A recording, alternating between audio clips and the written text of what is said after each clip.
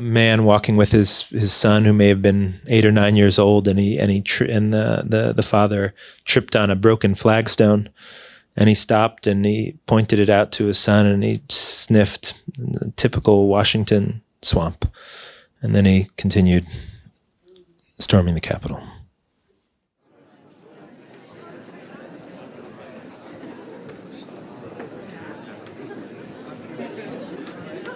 Hi, everybody. Welcome to the American Library in Paris. I'm Rachel Donadio. I'm the curator of cultural programs here at the library, and it is an honor and a pleasure to have you all here this evening for a presentation by Peter van Agtmael about his really powerful look at the USA, America's wars at home and abroad from 2006 to 2026. Is anyone here at the library for the first time? All right. Well, welcome to all of you. We are an independent nonprofit organization. We are the largest English language lending library on the European continent. We are a home for the thoughtful and curious, and we're very glad to have you as part of our community here this evening. I want to mention a note about the format. These are a lot of war photographs in addition to home front photographs, so some of these images are quite graphic. Just want to give you a heads up about that. Peter's going to present for a little over half an hour, and then he and I will be in conversation briefly, and then we will open it up to questions from you in the audience and the audience on Zoom if there's time. Precedence to live human beings in this room, I'm afraid. I'd like to introduce Peter.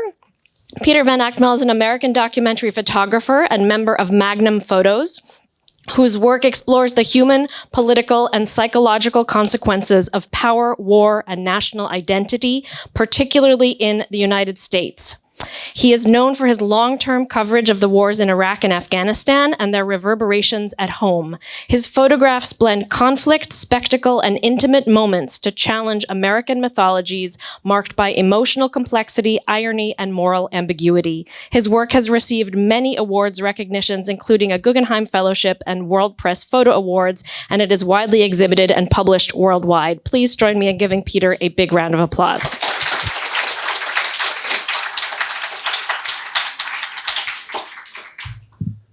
Hey, everybody. Thank you, Rachel, and thank you to the American Library for having me. I'm going to just get right into it because this isn't exactly a stand-up comedy routine here, unfortunately. It feels right to begin with myself as a boy dreaming of war. War was everywhere in 1980s America. We were coming out of Vietnam, our first real reckoning with the limits of power. Pop culture stepped in to restore pride, cartoons and movies without bloodshed, where violence was clean, redemptive, and always on the side of good. G.I. Joe, He-Man, Ninja Turtles, Rambo. I grew up on it, despite my parents' efforts to push against it.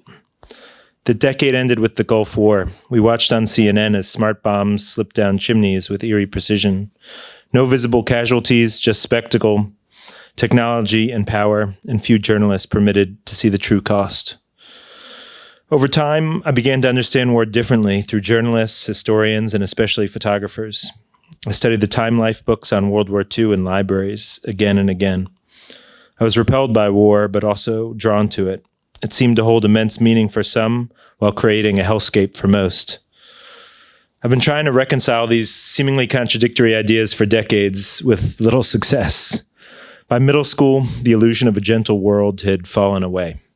Violence, or the threat of it, seemed to shape everything and made cowards of nearly all of us.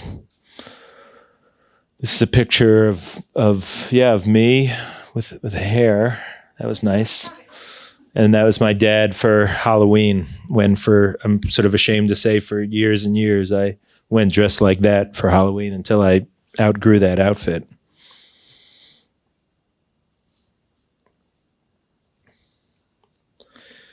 In college, I realized that my fascination had a profession. I could become a photographer. I wanted to photograph war, but I also saw that photography could hold something deeper: beauty, mystery, grace. It could give form to things I didn't fully understand, but could only access through the camera. Then September 11th happened. My life and my sense of purpose snapped into focus.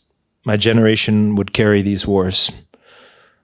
This is a picture taken in the Iraqi city of Mosul in 2006 after a deadly night raid. There are a few graphic images, including the next one. The early pictures were the ones I thought I was supposed to take. Violence, the grotesque, the raw facts of war. Iraq was slipping into civil war.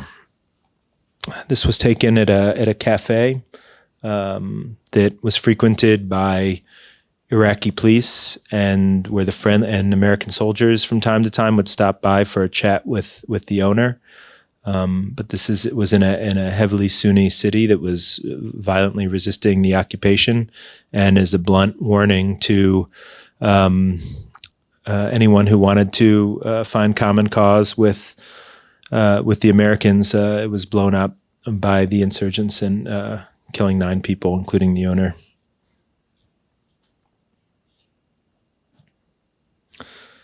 But I was also seeing other things. American soldiers kicking down doors at 3 a.m., entering homes that felt intimate, familiar, like somebody's grandmother's house, like my grandmother's house. Who was the enemy if they lived like this?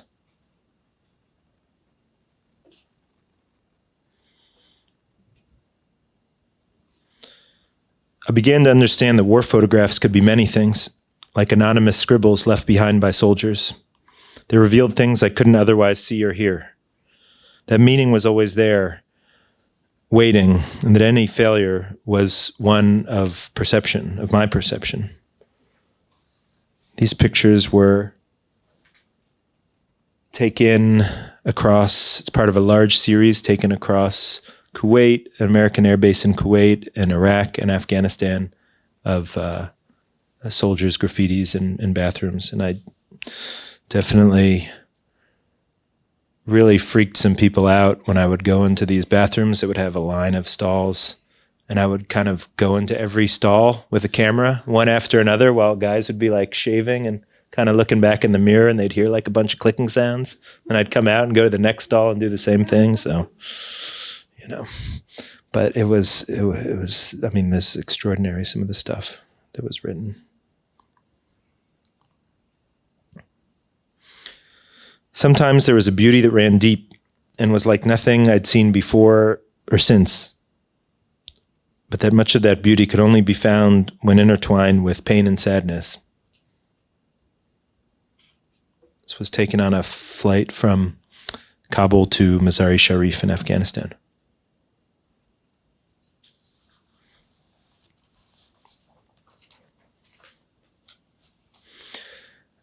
And that the emotions of war endured through every conflict, and that there was always a duty to document them, even if they could teeter into cliche, and sometimes did. And that was a dangerous threshold for a photographer to cross, because who was this then for? This is the Pesh Valley of eastern Afghanistan, the 15th month of a 15-month tour of this unit of American soldiers. They were living in a series of bunkers dug in a hillside, attacked almost daily. They had a platoon commander who'd largely kind of checked out at that point. And so one part of the platoon was just getting high all the time with the Afghan soldiers that were stationed there, and the others seemed to be kind of slowly unhinging. I was told that a few weeks before I took this picture, that one of the stray dogs, obviously not one in the picture, had urinated on a soldier's cot, and they taped a grenade to his jaw and pulled the pin.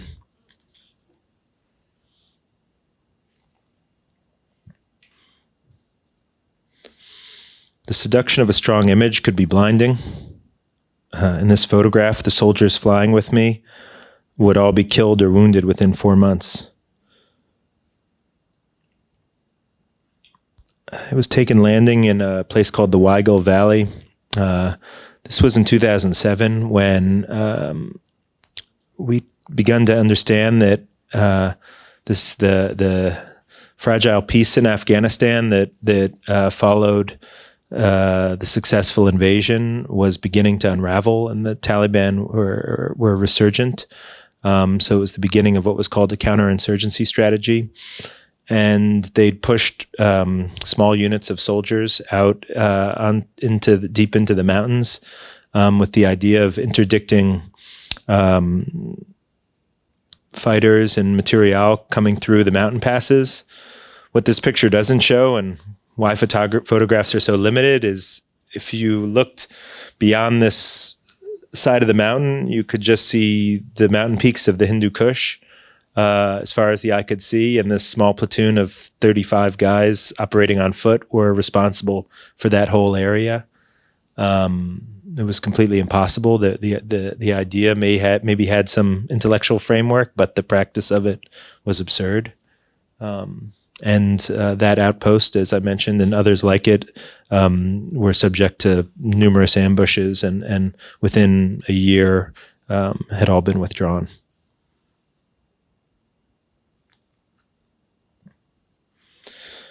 War began taking its toll on my own soul, though I couldn't quite see it. I manifested my sadness through anger and arrogance. This is a photograph I took of my own cousin taped to a fence. I taped him to the fence with another cousin of mine, and I was, we were trying to teach him a lesson of sorts, but the prank had a really violent edge to it. And looking back, I understood what I was grieving the war, and my cousin who was with me and taping him to the wall and kind of abusing him, where it was had just lost his mother.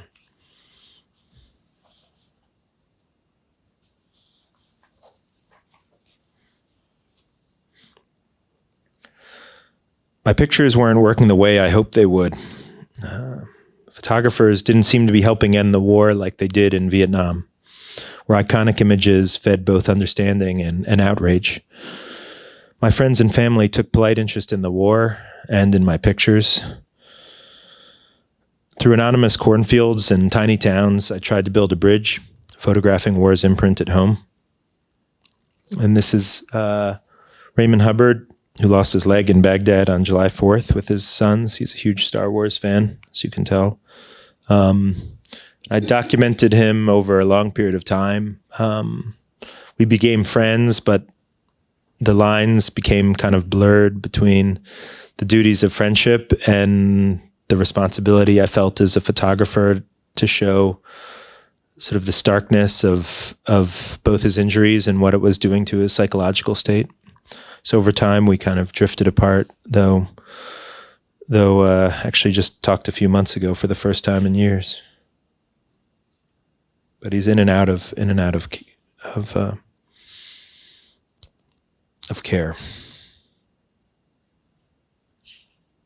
This is Rosie Ricketts, who would bury her husband that afternoon. Seth was killed on his 5th tour from a small town in Mississippi called Corinth, and very much a symbol of the uneven burden of the wars.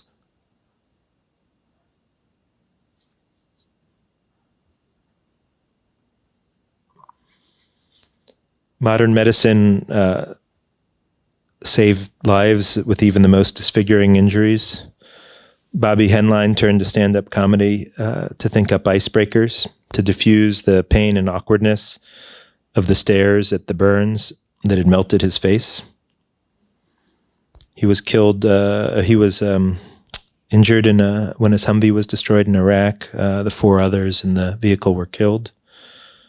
When he got out of months in a coma, he kept putting nurses in headlocks and would chant over and over again, "How much wood could a woodchuck chuck if a woodchuck could chuck wood?" That was the first kind of sentence that came to him after his brain injury. And he partnered with a stand-up comedian and still then and still does kind of tour around telling basically jokes about what happened to him. As he said, one day he can go to his roast pre-cooked. His joke, not mine.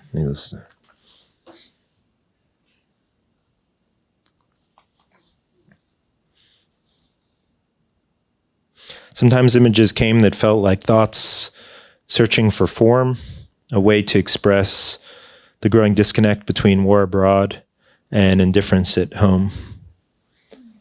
Took this in upstate New York shortly after returning from my 4th or 5th trip to Iraq. I kept returning, looking for something new. The architecture of war, endless blast walls, coils of barbed wire, secure but disconnected, modern castles. This was a base called Fort Liberty.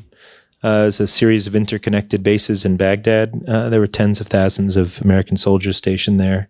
They were really kind of surreal places. It was sort of like America plopped down into the desert, with these trailers that house the soldiers that are behind the blast walls, McDonald's, Burger King, Subway, Green Beans Coffee, which is kind of a Starbucks knockoff.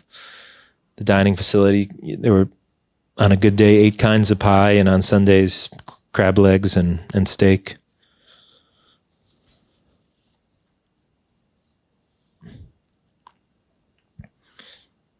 I became ambivalent about my own images. Was this war or Hollywood? Dramatic, but bloodless. This was in a town in southern Helmand province of Afghanistan called Mian Poshte. And after the bomb exploded, the Marines gathered the village elders of the town and made them walk in front of them down a dirt road to trigger any buried bombs, which they quickly changed their mind on that after I began photographing, and Dexter Filkins, the writer I was with, began kind of very conspicuously taking notes about what was happening. After years on the front lines, I went to Egypt and was badly, during the revolution, was badly beaten by a mob. As I lay unconscious, I had this strange mystical experience of this kind of what I could only think in retrospect was like my spirit form floating above my inert body. I can, in my memory, see myself getting kicked and punched, and my sort of spirit form was yelling at my unconscious body, so this is how you die, so this is how you die, kind of in a very accusatory, angry way. And I came to consciousness again as I was getting carried out of the mob by some of the same people that had been beating me. And it was this very surreal thing, getting slapped across the face by old women and spat on by children. And I realized in the aftermath, I was shaken that I had been chasing conflict itself, not always with the purpose, but because I had become more comfortable there than in my own skin.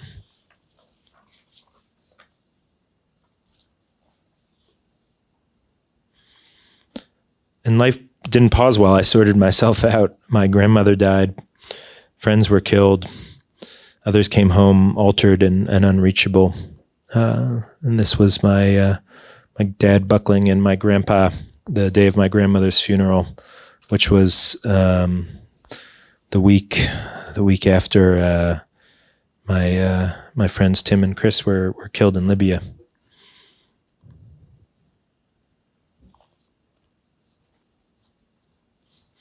For a time, I needed to remind myself that photography was just as capable of expressing beauty as sadness, that it is just a tool to teach us to look more deeply and find grace in even the smallest gestures and moments.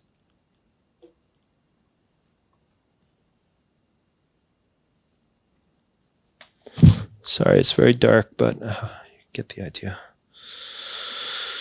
The wars abroad led me to the wars at home. We learn about the building of the country in school, but it looks very different when you see the echoes in the present. I wanted to understand what remained just beneath the surface, just out of reach. A Native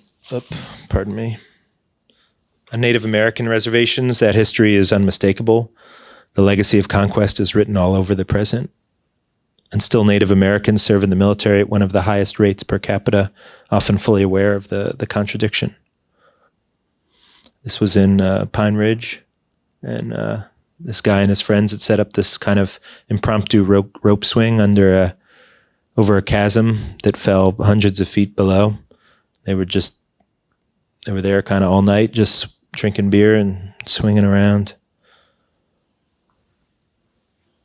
Ended up staying at his house that night, and woke up at dawn to his younger sisters tending to the horses that they kept in the yard.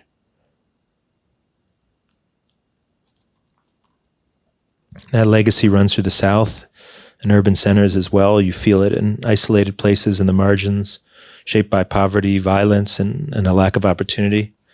Places that feel left behind, but also deeply connected to the country's foundations. This was a family I met when I was doing a story about confidential informants. Their sister, Treasure, is transgender, and she'd been arrested by the police for smoking a joint. This was 15 years ago, before it was legal, and the cops threatened her with getting sent to a male prison, and she knew what that meant,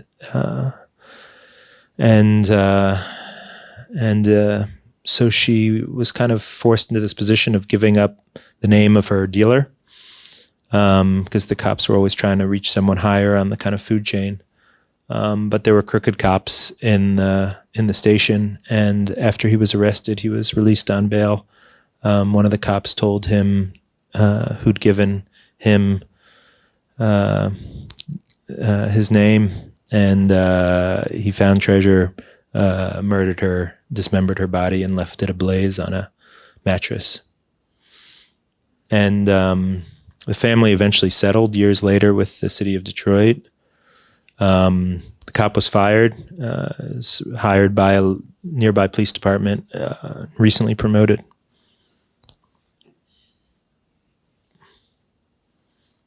Having fun, everybody? This is the soft version.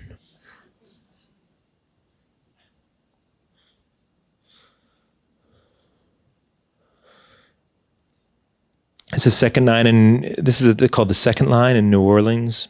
Brass bands and parades, which grew out of exclusion when black communities were denied insurance in the wake of the Civil War. They built their own systems and their own rituals. Competition between these nascent organizations led to subscription perks, like offering a free band for a funeral, and over time that became tradition.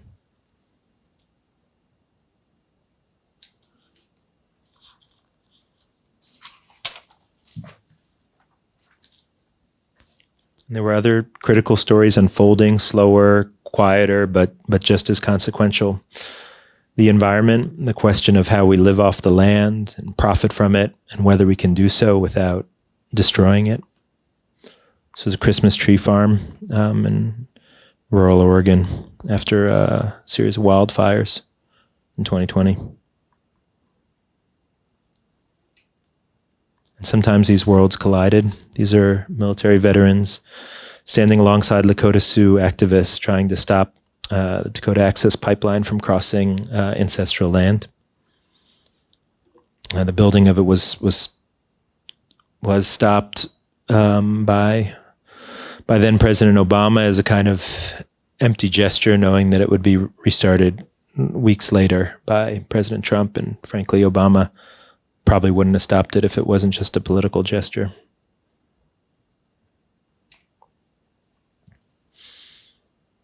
Over time, I realized I needed to keep photographing war, but differently. My work had focused on Americans, but Americans weren't the ones bearing the greatest cost. I hadn't fully reckoned with what the wars meant for Iraqis and Afghans. This is during the Battle of Mosul in 2017. It was a member of ISIS who'd been killed and then hung from a pole, and I heard about it because it had become a popular selfie station for locals.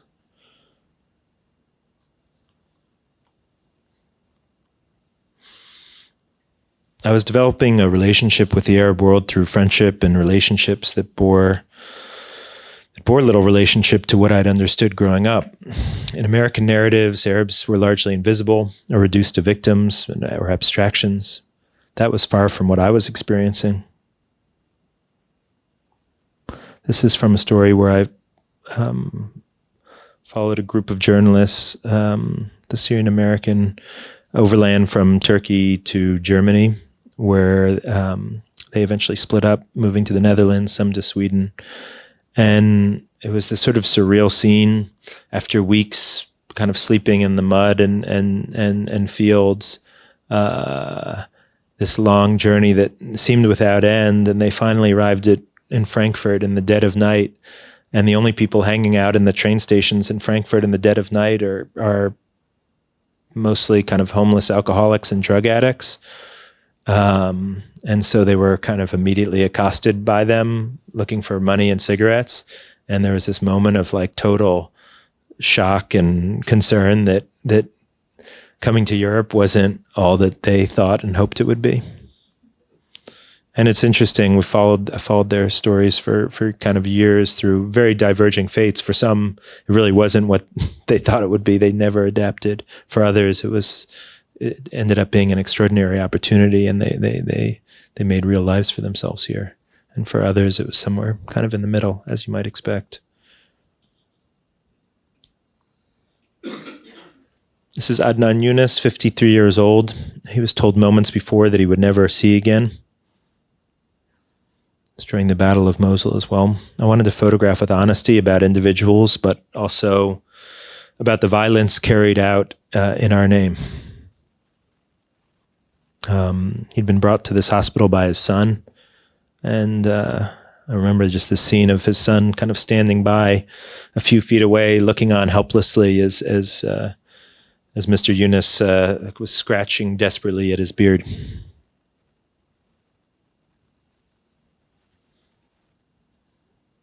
The wars didn't stay contained. They created a mass displacement that reshaped politics far beyond the region.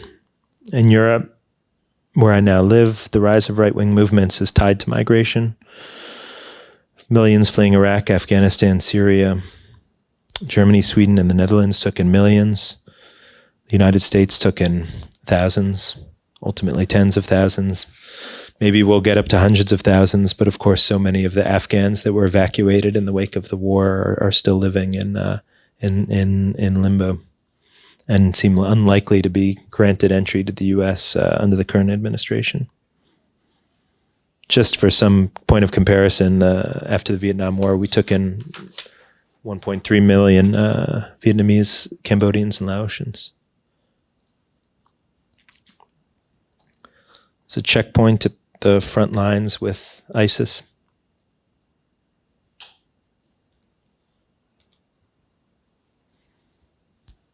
Ali, a Syrian refugee with PTSD, taken it near his home in Sweden.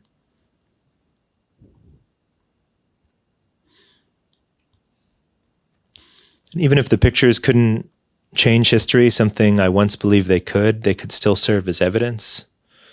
Photography had always moved me, and that was enough.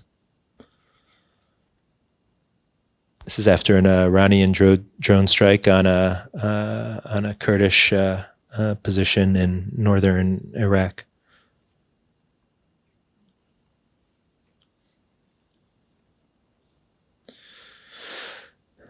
Back home, there was still much to see.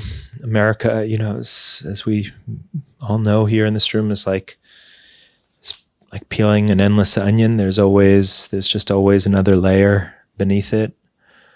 This was taken at Trump's first inauguration. And I remember this guy wandering through the crowd, having his hand shaken and everyone thanking him for his service. This isn't Bobby Henline, by the way. He's often mistaken for Henline, the guy in the pool. But these burns can be so disfiguring that it's hard to identify sometimes who it is. And I remember his kind of lonely parade through the assembled guests. And, modern medicine saves a lot of lives that would not otherwise be saved. But certainly one of my worst memories from Iraq was watching a young soldier burned to death, calling for his daddy, his last words, calling for his daddy over and over again.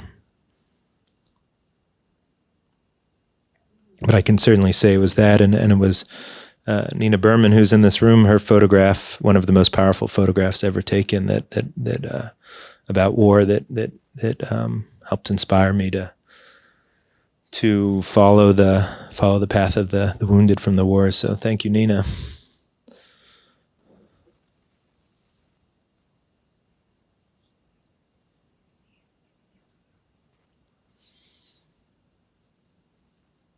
In trying to create a record for history, I understood that the best photos were often strangely serendipitous and would defy any clear narrative or explanation. They would simply appear briefly, and I'd hope to capture them. The more I tried to impose meaning, the less they worked. I was more a conduit for these moments than an author of them. It's been a peculiarly humbling and freeing understanding. This was taken in Fort Jackson, where soldiers go through basic training, teaching them how to react instinctively in case of injuries, because you can bleed out from an artery wound in a very short period of time. I found that history was being written despite the trajectory of history being far from resolved.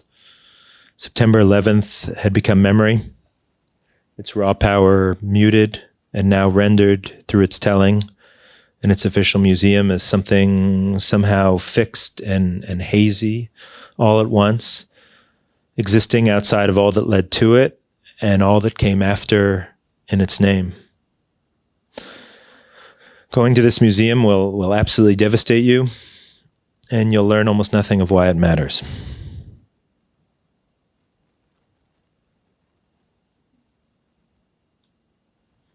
This is Fleet Week in New York, when naval ships come and the armed forces are celebrated, and the sailors and Marines usually party pretty hard in New York. So I think that's what happened there. The wars continued. Decades in, Jenny Taylor lost her husband in Afghanistan with 7 children left behind. And in the end, so much of that loss reduced to a question: would the gravestone fit on the plot?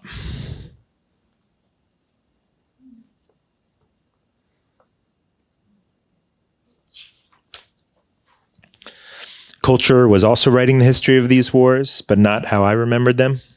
This is a movie about an outpost I'd spent time in, situated in a hostile valley in eastern Afghanistan, highly vulnerable to attack from the surrounding mountains, yet not well enough manned to defend and patrol at the same time, and almost impossible to resupply. Eventually, the unit stationed there was attacked and nearly wiped out. They made a movie about it, about heroism, but the real story is one of utter strategic incompetence and hubris. But, who wants to tell a story about that? War is inseparable from politics and from money. Empty chairs in Senate hearings deciding military budgets approaching $1 trillion and this year exceeding it. The proposed defense budget this year is 40% higher than last year's. The United States, of course, spends more on defense than the next 10 countries combined. This is an arms fair. And of course, the contradiction of fighter jets costing tens of millions of dollars, flying over collapsing infrastructure, visible poverty and neglect, all within the richest country in the world. This is on the outskirts of Nellis Air Force Base in Las Vegas. I'd been the previous days just down the road at a drone base called Creech Air Force Base, where drone pilots launch strike missions thousands of miles away and then return to their suburban homes. And I thought it would be kind of interesting to sort of surveil the surveillers. So I was taking pictures from a town across the street from the base where you could see drones landing. And I was confronted by someone from the town, and I thought it was because they were concerned about the security issue of me photographing the drone base, but they were actually worried that I was near a school, and they were worried I was a school shooter.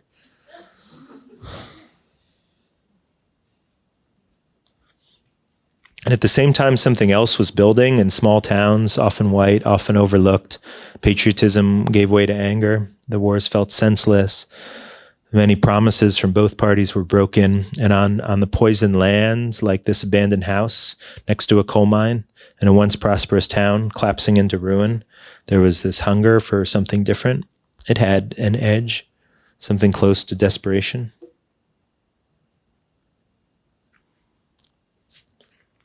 Drugs and opioids deepen that despair. Communities that once had stability through industry were unraveling.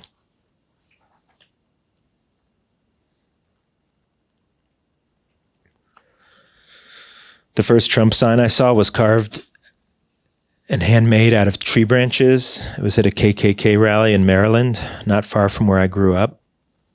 And this was a KKK wedding. They were super poor, sort of second, fourth, fifth generation Klan members. They ate their wedding meal of soggy roast beef sandwiches at a nearby Arby's. After the meal, their hosts lit a cross on fire, and they all gathered around and sang Amazing Grace, which I can't even begin to explain how surreal and fucked up that was.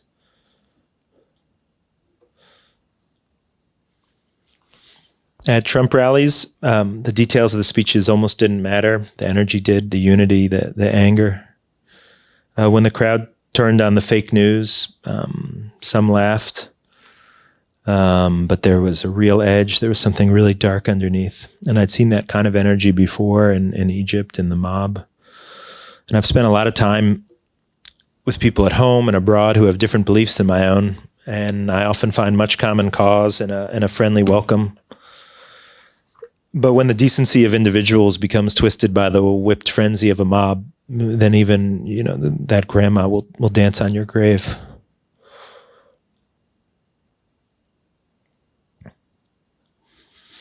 Then the pandemic, a reminder of how quickly everything can change. Science offered some protection, but uncertainty and fear shaped behavior just as strongly. Strangely, amidst that, the horror of that moment, I found this kind of community with a lot of love in this funeral home. It was called Kern's Funeral Home in Queens, near the epicenter of where COVID had begun in New York. And it was just a bunch of decent, anonymous people trying their best in horrific circumstances to give these families a little bit of closure, a little bit of love and warmth and professionalism in a way, in a just a terrible moment.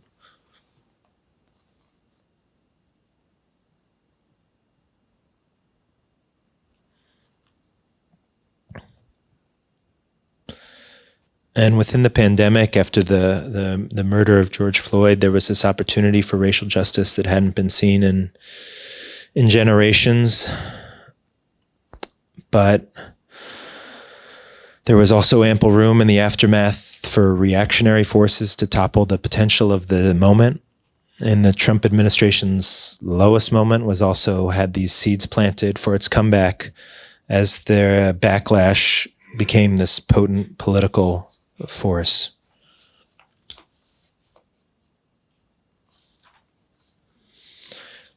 January 6th felt like a culmination. At first, there seemed to be a shared understanding of what had happened, and that didn't last. The facts themselves became contested. I came to journalism believing in its ability to pursue truth through rigor, through skepticism, and a kind of moral clarity. That foundation, as we know, has been eroding for a long time. And the internet promised openness, and it delivered that, but also fragmentation and distortion and doubt. And with the advent of AI, that trajectory is only gaining momentum. And shortly after this, I took this picture. I remember a man walking with his son who may have been 8 or 9 years old, and the father tripped on a broken flagstone, and he stopped and he pointed it out to his son, and he sniffed the typical Washington swamp, and then he continued storming the Capitol. A few months later, the Taliban returned to power. Nearly 20 years after September 11th, the end of the war was back to the beginning, with the Taliban in charge. When I visited, I had to sort of grapple with the strangeness of that moment. That there was the beauty of Afghanistan, this country I had visited many times, in the tragedy of its violence. It was a moment where it was at peace, and there was a beauty to that peace. But of course, it was a peace that came at the cost of these horrible wars, and with the victors being amongst the most oppressive governments one could imagine in history. And there's no real way of reconciling that contradiction. You know, I hold it close, but I can't really explain it.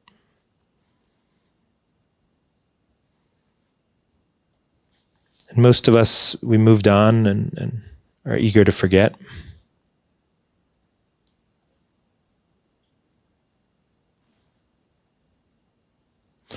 Now a new era of history is in motion. Certain things endure, of course, this deep undercurrent of violence at the heart of the American soul. Other things are being forgotten.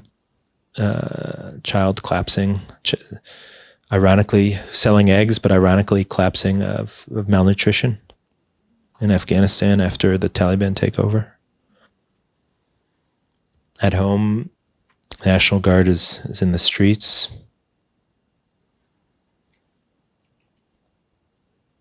Conflicts abroad are accelerating. And the military's preparing again, not for insurgency, but for large-scale war. The cycle continues. I began as a boy dreaming of war, of its clarity, its purpose, its imagined heroism. I spent years trying to understand it, to find meaning in it, to see it clearly. What I found instead was confusion and contradiction and a kind of gravity that pulls everything into it: nations, families, individuals, myself, of course. The photographs don't resolve that.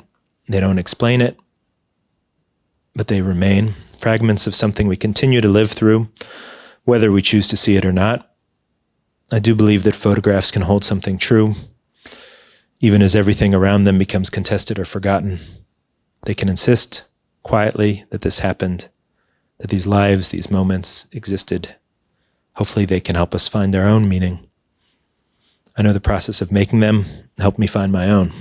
Thank you very much. Peter, thank you. I feel like we need to take a moment and be glad that you're here with us at the library, and be glad that you're here with us, period. Yeah. You got a beer or anything? You have to turn on. Thanks. I'm glad too. These are really... I'm more fun in person, I think. These are really powerful images, and I am not going to belabor the questions. I'll ask a few, and then I want to leave time for the audience.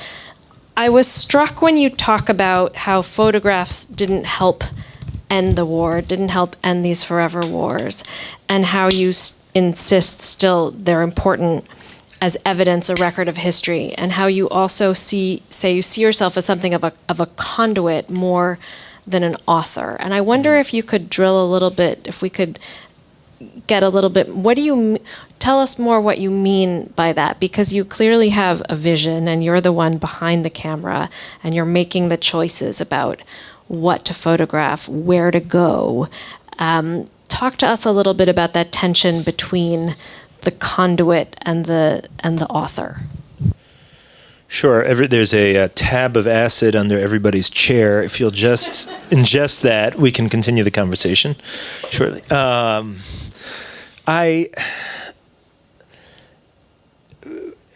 everything in photography moves so swiftly. Everything is resolved in, a 2/50th of a second or less a lot of the time. So turning left or right, looking up or down, when to press the button, it's all happening in some fluid motion that doesn't feel driven by any particular consciousness of my own. When I'm deciding whether to have, a cheeseburger or, a steak au poivre or something like that, maybe like there's decisions being made, there's a consciousness at work. I think what I've always liked about photography is it actually switches off, the baser parts of myself, and just allows kind of a certain spirit to flow through it. And that's when it really works, is when that's operating. And I myself, the self I consider I is not. I hope that's clear. I mean, I don't know how better to explain it. I don't know if it's explainable, hardly. The title of the book is Look at the USA, which is a card catalog entry of Look magazine from Baghdad High School in Mansour. We didn't show that image, but your work is so clearly in this selection about this, as you say, kind of unresolved tension, contradiction between America's violence at home and abroad. And I wonder if you could talk a little bit more about that, about kind of this larger dynamic in all of these images. Yeah. Well, I mean, these 50 pictures taken over 20 years, which are like this tiny little cross-section of six books of work, basically, looking at this subject. Like, it's almost, I like cringe at different moments going through it, seeing how like unexplored, at least in the framework of a presentation, certain ideas are that are really important, but, wrestling 20 years into 35 minutes and 50 pictures is not easy. You did a good job. But I guess it's my nature. I always see what's lacking, not what's there. Wait, what was the question again? Can you help us connect there's an implicit argument in your work, it seems, that the culture of the forever wars then leads to something, feeds into something, feeds into the dynamics that essentially bring us possibly to Trump, or the tensions between America at home and abroad. And do you see that as linear, or is it a kind of a constant tension? Yeah, it's a loose argument of sorts. I mean, the reason only photographs can do this kind of thing. Only photographs can kind of traverse space and time without enormous amounts of explanation of why you're showing these seemingly disconnected parts. At the same time, then they cannot resolve into an argument in any traditional form. And in a way, the reason I'm narrating this as myself and not as a voice on high is, and the reason why in the writing in the book, maybe less so than my presentation here, is like a deeply flawed narrator making all sorts of mistakes, is that, I can only recount what I witnessed and how I think all these pieces fit together. But I think also history will show and read that this post 9/11 period of conflict, and who was most impacted by these conflicts comes at the kind of tail end, and in many ways was at an inflection point and a breaking point that helped give rise to Trump. There are many factors and forces that went into it, but that's one of them. I mean, we can't separate, the realities that we're living now from what came before. You include in the book some quite devastating conversations you've had with your parents and your now wife, but the ones with your parents at first when you're about to go to Iraq, and mom and dad are a little concerned about this.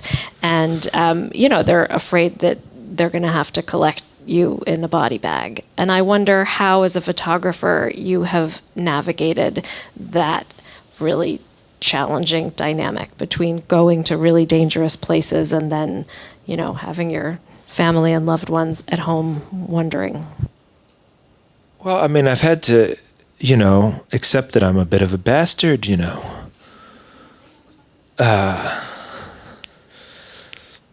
That's about it, I can't, there's no justifying these decisions. And I think the reason maybe why there's like mystical language from time to time, and I'm talking about, things moving through me rather than the self. And maybe that's a cop out, but also like, I would love to have done many things in my life that are not this. This was not, it was fascinating. And I would even say it was fun from time to time, but it was deeply fucked up, and there were many paths that if I objectively felt like I could have chosen them, I think I would have chosen them.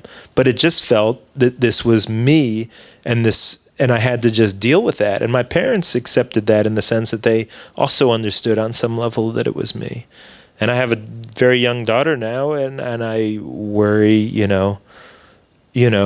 all this sort of shit that she's going to get away with one day if she reads this book and is like, well, it's not as bad as what you did to your parents.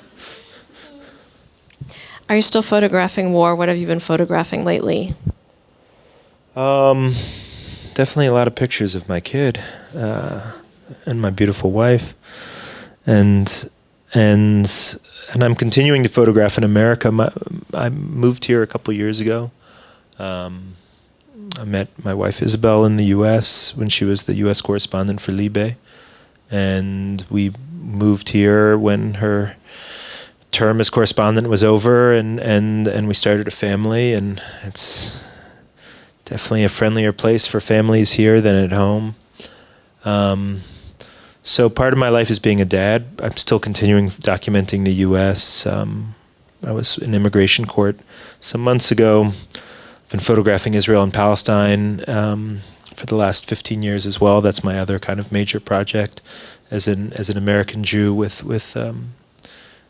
connections to Israel through family. It felt like the other major personal thing that I needed to explore with my life and my work. And I'm going to Lebanon tomorrow actually. So, but not to the front lines. Certainly. I mean, there's a ceasefire there now, but in name only. But one can measure the risk and where the risk is to a large degree in a situation like that. So wherever I think the risk is, I'm going to be well behind it. I'd like to open it up to questions from the audience, and please wait for a microphone to come around.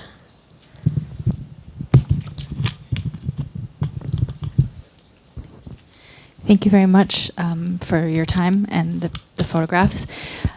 With the rise of drone warfare, and I would argue a Secretary of Defense who has pulled press credentials, an administration that really likes to control the narrative, my worry is that it's going to be even harder for us to actually see the real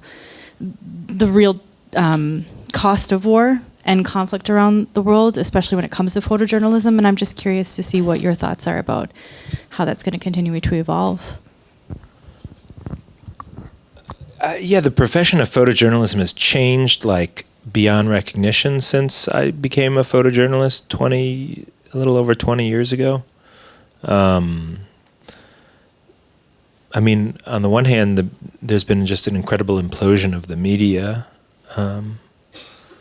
which has severely limited opportunities. I mean, on some level, I have all the bona fides of a successful photojournalist, but like, I certainly, like, it feels like a luxury now that I do a few times a year because it's what I care about, but it's not really how I can or do earn a living. So there's that on a professional level. And that's also on some level tied to like, what is the profession versus what is evidence? And, in many ways, what makes something powerful is just simply being there with the technology to capture it. And now like, what a 16-year-old waking up after their house has been bombed in Gaza is is the greatest war photographer in the world at that moment. You know, if they just roll the film and post it on social media. Some of those powerful images of war I've ever seen have been taken by people who have no training and aren't part of the profession, but they were just there.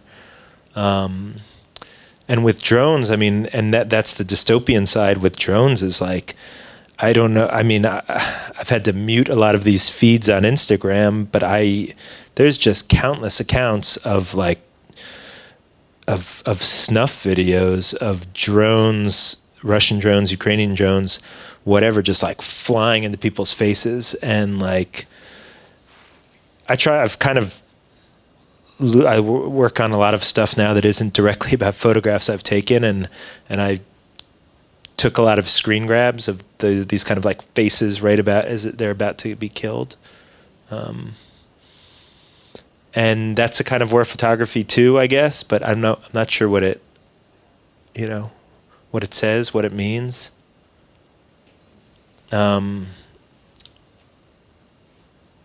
just as confused as you are, I'm afraid. I don't know.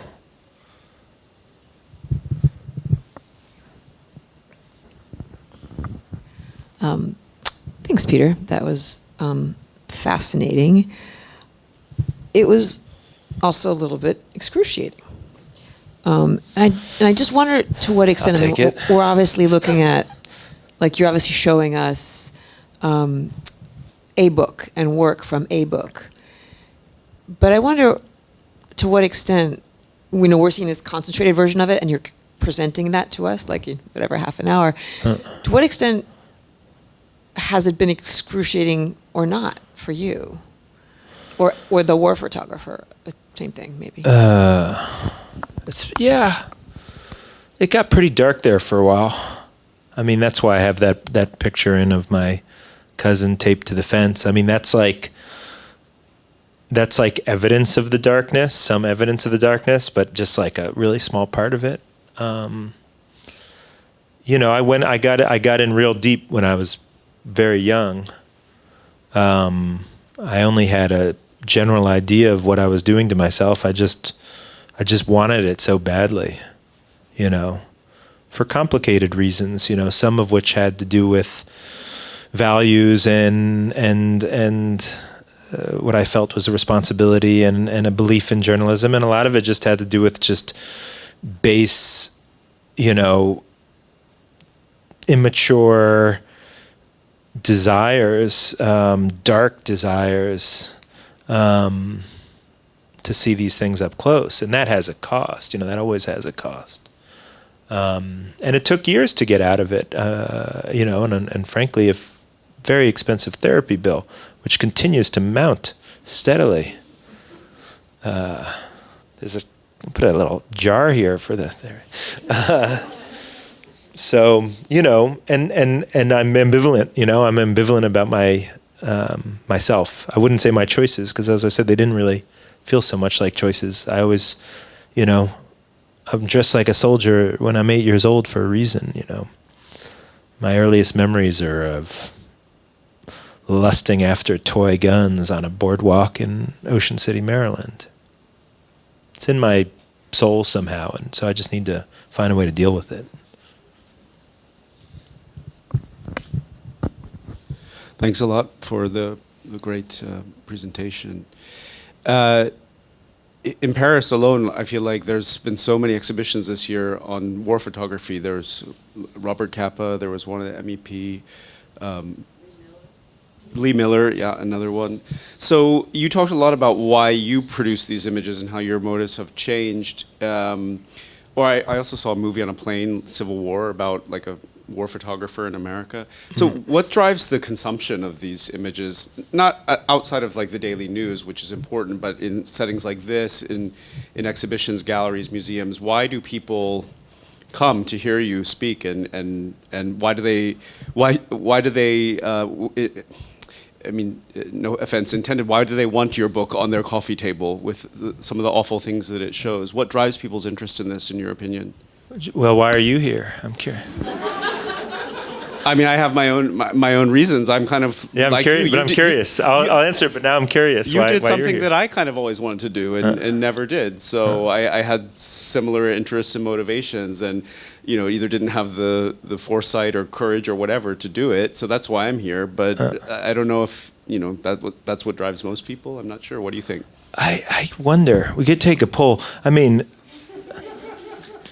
I wouldn't call this book a bestseller necessarily. This is a niche. These are niche products. I don't know. Does anyone else want to answer? Does anyone want to answer why they're here? I wouldn't want to answer for anyone else. Why are you here, ma'am? It's important to witness because these are real things that happen in the world. And I think the witnessing is part of the potential for this kind of shit to stop. Obviously, it's not working really well, but it's important to witness. Yeah, I like that. I mean, I think sometimes it's like you just got to boil it down to what it means for you. And everyone has complicated desires. Like, I'm in a way at peace with like knowing that there is like both darkness and light that has contributed to my choices. I think our emotional tumult, our contradictions, like we all embody them. To different degrees about different things. It's more a question of how honest you want to be with yourself. That's why I'm okay with being a bit of a bastard. It makes me a better person. We're going to take one more question. Peter, I found everything you shared really moving, and that's speaking as someone who spent 21 months in Iraq as a CIA officer and the only civilian woman in Fallujah during the battle there. So I just want to thank you for everything, your position as witness and sharing what you saw and experienced. And I did have a question for you from your Guardian article. And it's wherein you write that war is so much part of human existence, and it always will be, until it destroys the last of us and leaves only the cockroaches behind. Right. And I really want to know if you actually, because I left available the CIA. for bar mitzvahs and weddings. And Well, as someone who was so disillusioned after the war in Iraq, and I left government and I started a peace building organization because I just thought, this is not the way forward as humanity. This is not how we evolve. This is not inevitable. And your statement really alarmed me, and I just want to know if you actually think that it is not only that inevitable, that it's that widespread that it could destroy us. I mean, obviously nuclear weapons could destroy us tomorrow, but just really from your heart, I'd love to know. Oh, you're not going to like my answer, though.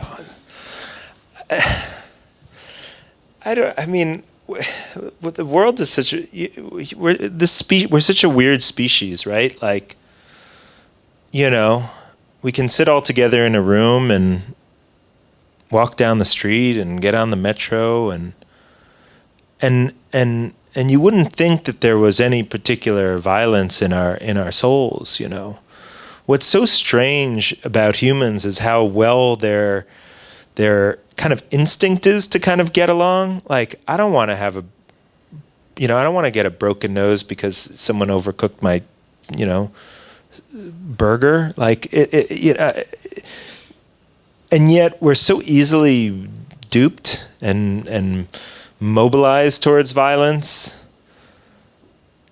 And it didn't really matter until the technology started appearing that could end worlds. And now, I don't know, now I guess it just seems like a matter of time.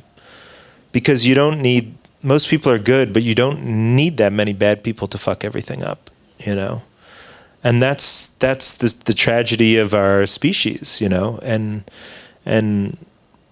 to some degree our country. Like I'm not a supporter of the current administration, certainly.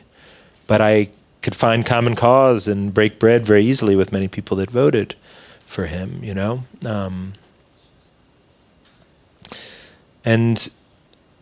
and even work, this dark work, very dark work, you know, I see it as like an act of love, actually. I do it not because I hate my country, but because I love my country. You know, and America has always had this promise that it can grow, it can improve, and that progress is not by any means linear, but I always thought it existed, you know, and it has. Maybe it will again someday. And anyhow, I'm rambling and meandering and not maybe answering your question at all, because to answer it directly would, you know, make us all cry maybe. So. Peter, thank you very much for taking us with you into these dark places, but it's really important work, and thank you for bringing it to us at the library. Thank you to all of you for coming this evening and for your excellent questions.